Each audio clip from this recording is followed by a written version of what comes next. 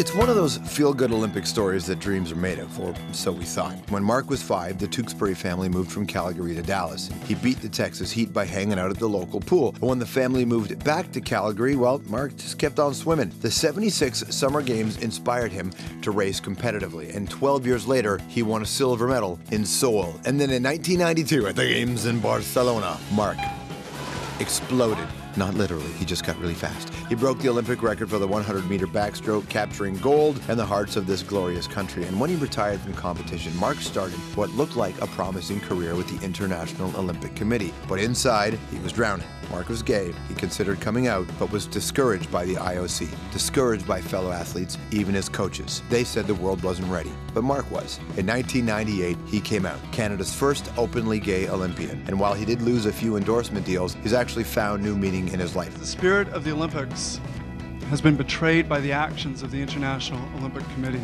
He spoke out against IOC corruption, founded the first ever World Out Games, and became a mentor to athletes who felt stuck in the closet. And it's as a mentor that Mark finds himself back on the Canadian Olympic team. He is leading the charge to London as Canada's chef de mission. Instead of the most gold medals, which we achieved in Vancouver, we're looking for a top 12 finish out of the over 200 countries competing.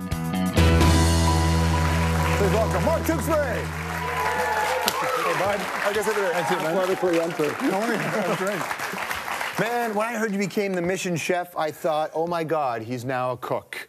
But it turns out... Which I can do. You can do. I can do, but not for 400. No, now you're the chief mission. Yeah, chef de mission of the 2012 London Olympic team for Canada. It's a pretty incredible story for you to be that guy, don't you think?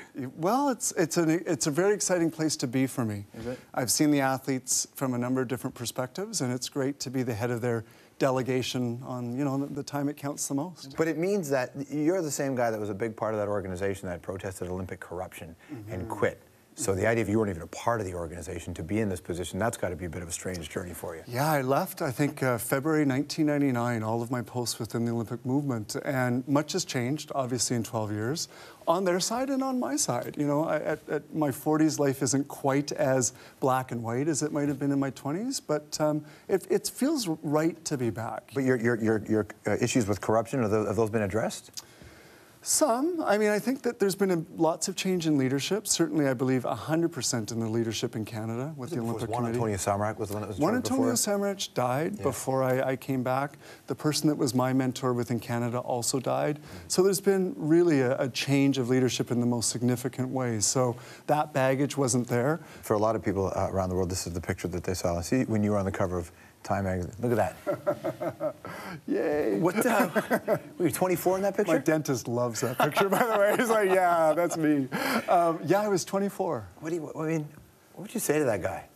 Well, I thank the photographer that said, bite the medal. You know, it was such a cheesy. Yeah, somebody yelled it, and I was like, really? And I did it, and bam, cover. I was like, thank you. That's fantastic. No, I mean, it was totally overwhelming, actually. I saw that for the first time. When you're at the Olympics themselves, and this is what the athletes will face in London, you're in this amazing bubble where you're just shooting for your best performance, you're surrounded by the world's best athletes, and you're not really privy, a little bit more now, but in my day, there was no outside media at all. Yeah. You were really in a bubble.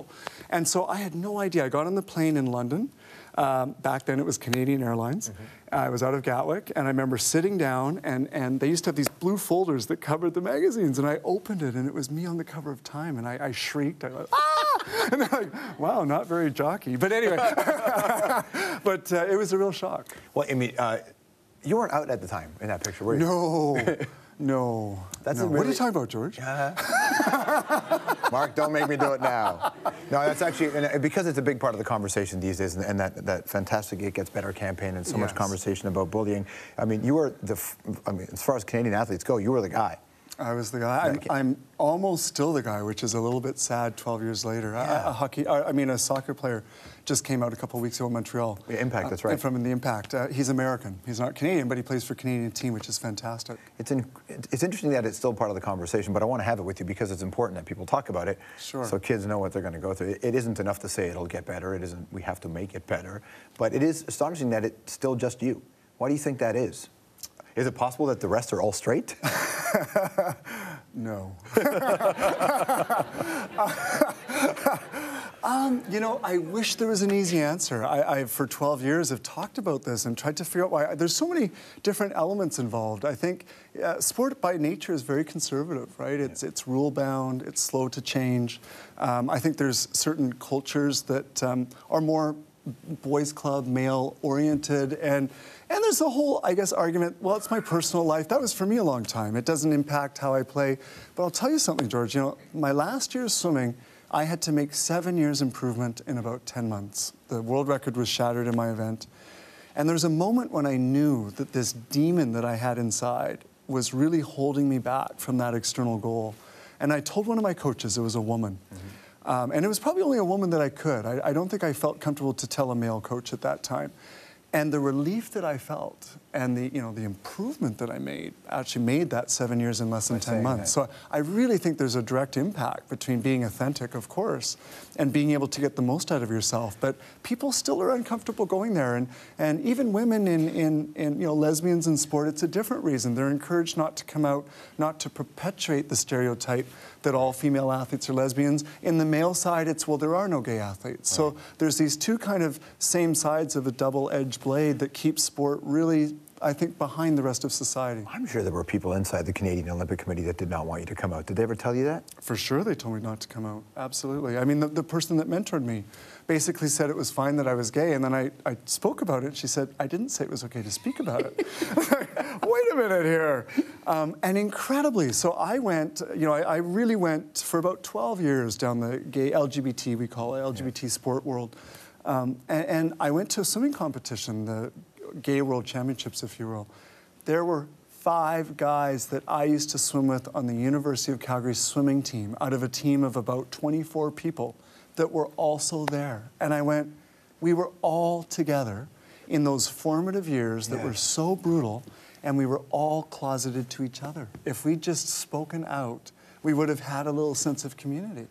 But so that's why it's really important. I mean, that's why I felt personally it was important to speak out about it. I mean, for a long time, I was horrified at the thought of my private life being made public. But there came a point where celebrity, or whatever you want to call it, where I realized I can't make that distinction. I have to be who I am in all situations, and that means, living my own truth. Do you ever counsel do people who have public profile who are gay come to you and ask you about the experience? They sure do. Yeah, and other athletes, actually. Yeah. Yeah, for sure, absolutely. I'm thrilled to share my experience, and I have always the same, there's no pressure for you to make any decision.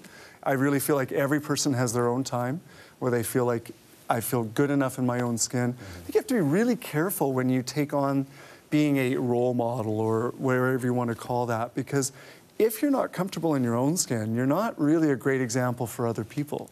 So you have to make sure that you feel really good about yourself, and that it's not going to impede performance also. Obviously, with an athlete, my bottom line is I want our athletes to perform. The real impact is going to be when a hockey player comes out.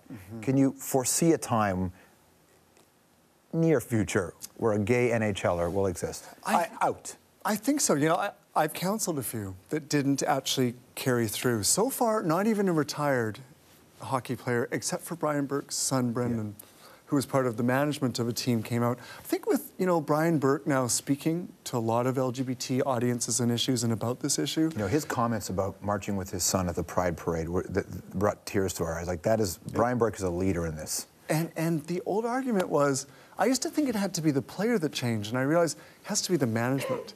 And the leadership has to create the environment where the player feels safe enough to come out. Stick around. We're going to carry this on with Mark. We'll talk about memorable Olympic moments as well for you, and anthropology with the Took when we come back.